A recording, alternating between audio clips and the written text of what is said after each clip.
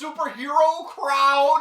I am Troy to the Max Extreme. Ooh. I'm Dinosaur Neil. And I'm Ghost Hunter Dave. And together, we are IMPERIUS REX. Radiantly Rexy. Oh! Very good, Dave. Good. Thank you. Starting off pleasant. About to go downhill real quick. Troy, as I've said this many times in the past, it's great to have you back. Thanks. Yeah, thank Love you. to see you. How have you been? Fair to Midland, I would say. Yeah. That's a Kenny Tucker original there if I've ever heard one. And that's more true than anything. I'm not great. I'm not bad. No, you seem you're very even keel right now. Yeah. If anything, I'm more towards the negative at the moment because I just got back from a trip. Went right from the airport to here. And then I have to talk about this bullshit. I'll claim the upper end of that. I feel pretty darn good. Top guys. of the world? Yeah. Great. All right. Well, we've peaked. It's downhill.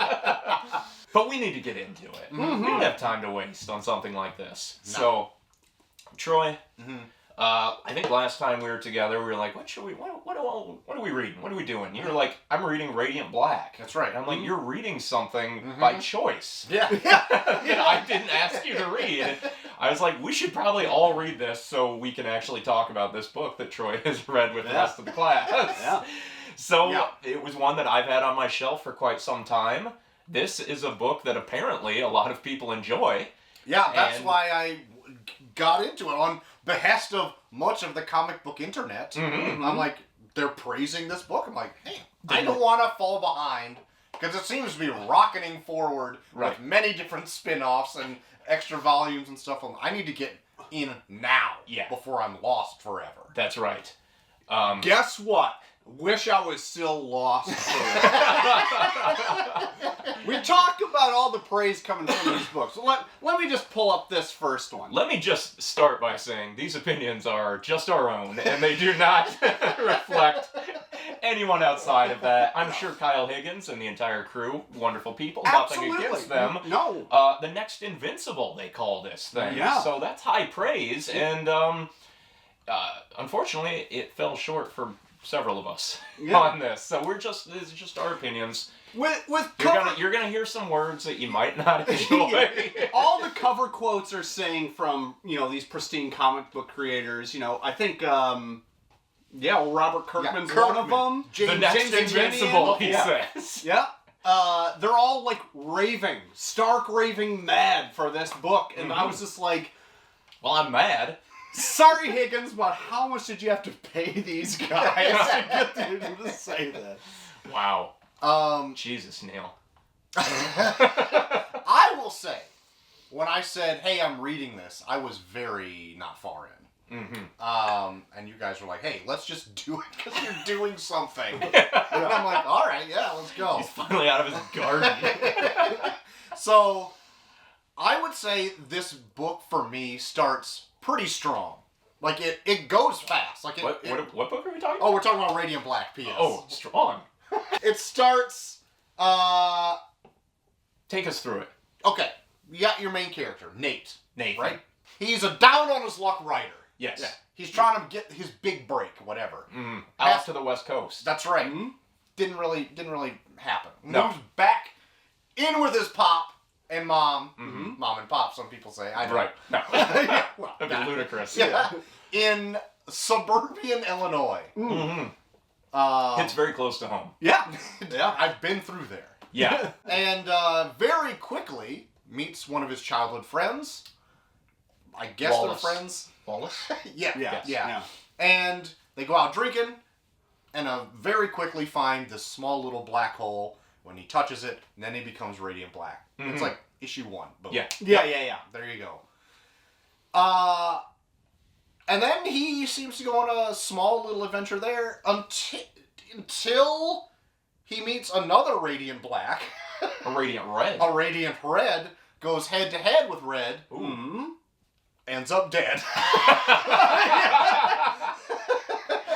Which, at that point, I'm like, okay, this book is taking chances. It's killing off its main character. Right? I'm like, anything can happen. I'm into it.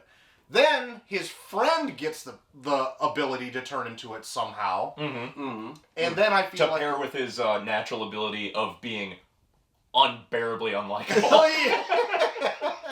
Yeah. And then it just, I feel like it goes off the rails from there. Like the first trade, they fight like another, I guess, radiant person. There's guess. radiant folks coming out of the goddamn woodwork. Yeah, in yeah. this. We're up to the gills with radiance. Yes. Right now. Yeah. All look very similar, just a little different color scheme, and they all have different undescript powers. Yes. Very generic powers. Very generic suits. Yep. I like the look of the book, though. Look at Artwork is good. I will say I like the art. I like the design of the outfits. Yeah. I like the actual artwork. It's like for it being the new Invincible. Yeah. I think it looks a lot like Invincible. That's yeah. New Invincible, same as the old Invincible. Yes, me. So Very like, comparable. oh wow, it's very, very comparable. Like This is not from a Ryan Otley or a Corey Walker, though. It This is not. From a Marcelo Costa. Mm-hmm. Yeah. Does serviceable job, I would say. I quite like it. I think it's good up until I find the action sequences very hard to gauge what is actually happening in them. And a lot of that might be because of the nondescript powers that we talked about, where it's like, what is anyone doing? And also, they all kind of look the same, both the heroes and the villains, so half the time I'm like, I'm reading this in low light situations, in my bed with like my kid like laying next to me, and I'm just like, what's going on here? There is a fight scene where there's like a bunch of like static and like splashy stuff going on. It is impossible to follow what is actually happening. Pretty frantic looking. I'm not gonna lie. Yeah. I was gonna say, as I started to get back into it after I talked to you that first initial time, and you guys were in the chat were like, God, I don't know if I like this, and I haven't got to the point where you guys because somehow we had already laughed you. And I'm like, oh, I don't know what you're talking about. I kind of like this. I hit the point where you guys were at, and I'm like, oh yeah, it falls off. It falls off very steeply for me. Yeah. Because Radiant Black, our main character, who was a character that was somewhat enjoyable to listen to, then turned into someone you hated for some reason for the rest of this book. They meet up with other Radiants. It's kind of think of it like a Power Rangers kind of group or thing, except they all suck and don't know each other or like each other. And so why they work together is kind of beyond me, because they don't really give any reason why, other than that there's this other evil Radiant guy who's There's out there. robots or something. Yeah. I have no idea what's going on there. It's tough to parse who is on what side and for what reason. Apparently there is only truth in existence. Apparently. That is a phrase repeated countless times by these robotic entities. And I understand this is supposed to be kind of like esoteric and we're not supposed to get exactly what that means. I didn't get any of what that means. And that's all they fucking say. Like, yeah, we get it. We don't, but like, could you elaborate on that? Yeah. The characters, as you described, all unlikable. I think the best way to describe this, the elevator pitch, is a superhero book centered around a bunch of despicable people that are terrible with money. Yeah! That seems to be a reoccurring theme, to the point where, like, it was making me, like, anxious how in debt every character that you meet in this is. Like, the main guy is a failed writer, so, like, he blew his whole savings trying to become, like, a Hollywood writer, and then had to move home, and, like, through the whole thing, he's got writer's block, and I'm just like, God, this guy, like, it's too close. It's too close to home. It's literally in our own backyard. And then, like, there's this Radiant Red. Her husband, like, just blows her entire savings. And he is, like, the most despicable villain in this whole thing. And he's just this random, like, fiancé to her. He's not even, like, a big bad. He's just sitting there, like, nickeling, diming all their savings away. And forcing her to, like, take on a life of crime just to get out of the red. The Radiant Red. That's probably where the name comes. But yeah, just, like, no one in this is likable. Even Nathan, he's just like, dude, you suck. Yeah. Get your fucking life together. I don't want to read about you. Yeah. And Wallace is the worst of all of them. He's just like, he's Randall from Clerks, like cranked up to the extreme. Yeah. Where like, I've even outgrown Randall, but this guy is like 10 times that. Like, I can't tolerate him. Works at a movie store. Even. Yeah, he just is awful. He just puts everyone down. It's like, I get you have a book around like not likable lead characters, but they are so unlikable, like, I don't even want to read about them. Yeah. Yeah.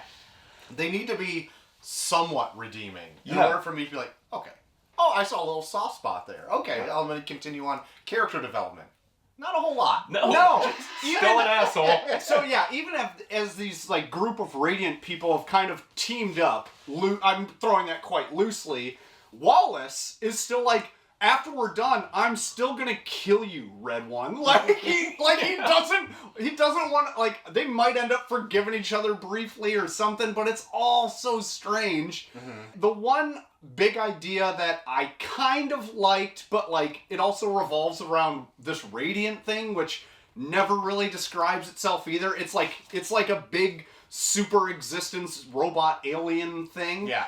And it's when like Wallace goes and like saves the Nathan from like his coma that he's in. Yeah, like, so the first one doesn't die. He's just yeah. like comatose for Yeah. quite a bit. Yeah. And then he's all better. Yeah. Which I was like, well, that's kind of sucky too. Like, Yeah. there were some stakes when your main guy dies, but then it's like, actually, he got better. yeah, yeah. We realized nobody liked the other one. Yeah. We need to write this guy back in. Yeah. But the path they took to get there was at least bold. Again, another like bold concept that was kind of it was kind of neat. Still a little confusing as to what the fuck was going on, but like it was trying something. If you're talking about the issue, I'm thinking it's the one that is like so fucking trippy and like blacklight colored. Yeah. That one I didn't really enjoy the story, but I thought the artwork shined on that one. Absolutely. I was like, this is Yeah. like trying something. Mm-hmm. Really enjoyed that. That is easily the highest point of the whole series for me. Mm-hmm. And then just immediately back down. Yeah. And then it jumps into the third trade, where we get all the villains. where we get all the villains who we are supposed to know, I guess. Yeah. I felt like that is kind of how the entire book goes. It's like, and then there's these people, and you don't know these guys? And like, why do they have their powers? Because they seem to be also... They're just like a bunch of like tech bros. Yeah, and so... Also, I have questions about this universe. Is like, are these the first superheroes in it? They act like it's old news. Right, It's like, oh, I got powers now, I guess. It starts out and it's like, oh, I'm this anomaly. Now I'm like this one and only thing. And then you find out, oh, no, there's a few other ones. I'm like, okay. And then later on in the book, it's like, oh, all these superhero or superpowered people are everywhere. Yeah. It's like, do we live in a universe where these exist? I know. Yeah. I just want answers. Yeah. Because there are like, it starts where he's like, they solve like petty crimes and shit. Yeah. But then you see like one panel where they're fighting another Radiant, but it's one panel of them just defeating it. Yeah. They haven't said anything up to where they got there, Right. and then afterwards they're like, well, you're going to jail or something. It's like, what? That's their catchphrase. Yeah. Well, you're going to jail. Yeah. Followed by, what? Yeah. Which is the audience reaction.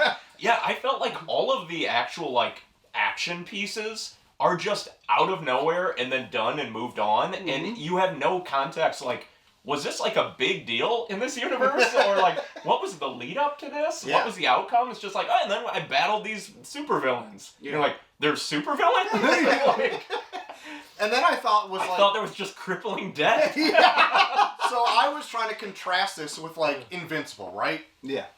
Invincible had the wherewithal to like have these heroes be homages to other heroes you already know. Yeah. It didn't have to do that back history of stuff. Like, Right. you just kind of get it. So Yeah. I'm like, did it kind of do the same thing? I don't think so. I think it already sets you in like a universe where you know it's like littered with superhero people. So you got that right off the bat. Like, he's a Superman's son. But like in this, it's not part of like the Image universe. It's the massive It's universe, the massive apparently. verse or whatever. Which just gives me chills thinking about like how many other things like this I could potentially have to read. So, in looking up the chronologically how this has all come out, I realized between trades 2 and 3, there's an event book. and it's like one oversized issue. And I'm like, maybe that'll have more answers in it if this is all connecting. So maybe it like makes a little more sense. No. It does not. It actually adds more characters in, making it more confusing because it's their first appearance. Like, they add 2 more heroes to that book, and it's only Radiant Black in it, and they fight a big bad, and they're not all getting along together. What? And then those 2, I think, also have spin-offs of that one issue. What? Like Rogue Sun and the other one. Yeah. It seems like this was so anxious to build an entire universe that they were just like, well, let's just put out all these books and we'll figure out what we're doing when we get there. Yeah. Like, there was just, I didn't feel like there was any like building or structure to any of it. It's That's just like, exactly just hit the ground running. Yeah. And like, maybe that is appealing, but I don't think it works in this. And I don't think it's poorly written. I just think like the characters suck. Yeah. Like, I don't think Kyle Higgins is a bad writer. I just don't like anything that happens in it. It's very strange. Yeah, and I'm imagining that was a conscious choice to do. It's just my own personal opinion. We're not comic book experts. We're merely fans of the genre, the medium, but it did not work for me. And even after all said and done, I read these 3 trades and that event, I still feel like I want to like it, but just can't get there. Like, I love its look. I think it's a cool idea. He's got a cape sometimes. He's got a cape sometimes. He looks great in the cape. He looks great in the cape. I feel like that phrase, he has a cape sometimes, is the best explanation of how everything in this goes. Like, he has some powers, sometimes there's a cape, there's some other people. Radiant Black. Yeah. I don't know why these things happen the way they do. I mean, he's got a cape on the cover of this. Yeah. I guess it's like if he goes Super Saiyan or something. Yeah. I don't know.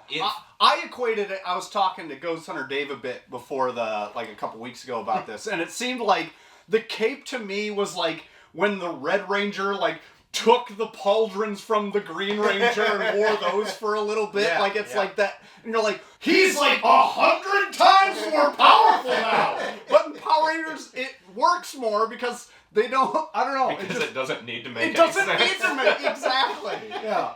Yeah, this is very much a Power Rangers. I'd say it's closer to Power Rangers than Invincible. And Kyle Higgins has written a ton of Power Rangers. Apparently, that's kind of like his favorite thing, as you would imagine. And I feel like he tried to make sense out of Power Rangers for this book. And I'm like, I don't think that concept inherently makes sense. So, and I'll say Power Rangers still makes more sense. yeah. Man, I just fucking hated it. I hated the characters. I hated the villains. They were just, everyone was indistinguishable and blended together, and they had no discernible power differences or anything. And if you enjoy it, that's great. Obviously, there's things that I'm missing out of it, because I'm sure it really isn't as bad as I'm saying, but I had no connection to want to get anything more out of that. Right. Yeah. Especially after 3 trades. And Yeah, it's where is it I want some sort of a semblance of where it's going. I have no fucking idea. I have never been closer to just stopping reading a book that I owned. I was halfway through 2, and I was just I am ready to be done with this. And there's some things where I'm not loving this, but I kind of want to know where it goes, so maybe I'll keep reading it. I am just completely fine with I'm done with Radiant Black. I don't need to hear another word about it. If anyone wants these, just send me the money for shipping, and I will take them out of my life entirely. I'm just it's not for me. Yeah. Yeah, and these are mine. Well, That's how much Dave the wants point to get still on here. stands. Yeah, the offer still stands. You'll get mine and Troy, actually. Anything else, boys? I don't think so, man. Well, unfortunately, it's just not a book for us. It seems also it a maddening seems like thing. it should be a book for us. Exactly. Yes. Yeah. Yeah. I love superheroes. I love the Power Rangers. Mm-hmm. And somehow fell flat. It's like the wet fart of a Power Ranger. I don't know. It's like a fart that did too much and you had your pants still on. Yeah. The mega shard. So I do have one positive thing, I think, that I enjoyed later on in the series when I had completely sworn it off. There is a moment where Wallace and Nathan, the two people that have worn the Radiant Black costume, unite and share the costume to defeat some of the nondescript bad guys. Yeah. And like it almost jumps between them, almost like a symbiote, and then eventually like it covers each of their hands and they both give them a big old double punch or something. I was like, that's kind of cool. Yeah. I don't know if I've ever really seen that in a book before. Right. Yeah. But then they moved on, and I was like, okay, I guess that's over now. Yeah. Yeah. Yeah, that's my one positive. Okay. Radiant Black. I feel like I might get the 4th shirt. Oh, no. You are more than welcome. Well, to. when Troy buys the 4th trade, we're shipping it right to your house. Well, that's Radiant Black, everybody. So let us know in the comments down below if you enjoyed this. What are we missing? Yeah. Okay. Is there a critical point of reading that we missed? What are the robots doing? Yeah. What's with the robots? I kind of dug that they're very Kirby looking. You know, they kind of had like an Eternals look, but they didn't give me anything. Nothing. It's a long game, and it's not giving me anything to keep me biting. Yeah. If you happen to be a fan of the show and you want to wear our faces on your shirt, you're more than welcome to visit redbubble.com and buy some merch. That's right. You can We've do got that. some. Well, we also doesn't stop there. We got a Patreon if you do like the show and you want to contribute to the efforts that we do here. Get us some more Twisted Metal beers while we chat about some shows. Or this Exorcist-inspired Pazuzu's Pedals, which I bought purely because it looks good and tastes okay. Very good. Well, you can join our Patreon, and through our Patreon, you get exclusive benefits. Early Why drops. did we break into a beer commercial? I don't know. Like, wait, weren't we talking about them giving us money? And then we just went on like, but here's some beer that you can buy. But yeah, our Patreon, you know, if you want to keep the lights on here, keep Troy in Radiant Blacks. You know, he heats his house in those, actually. They It's burn a pretty furnace well. running. Yeah. But you also get access to our Discord where you can talk about stuff before. If you know we were talking about Radiant Black before the show, you can let us know your thoughts on the Discord there through our Patreon. You could have warned us. Yeah. You could I have think avoided maybe this one of our entirely. two of them did, but we just didn't heed the warning. Well, we had heard on our Discord, one of our friends of the show really enjoyed it. So I think we all kind of like jumped on in different times, and I think the majority of us all really didn't like it. So I hope We're gonna dogpile on. I hope you feel real bad. But no, I'm glad people enjoy it. Yeah.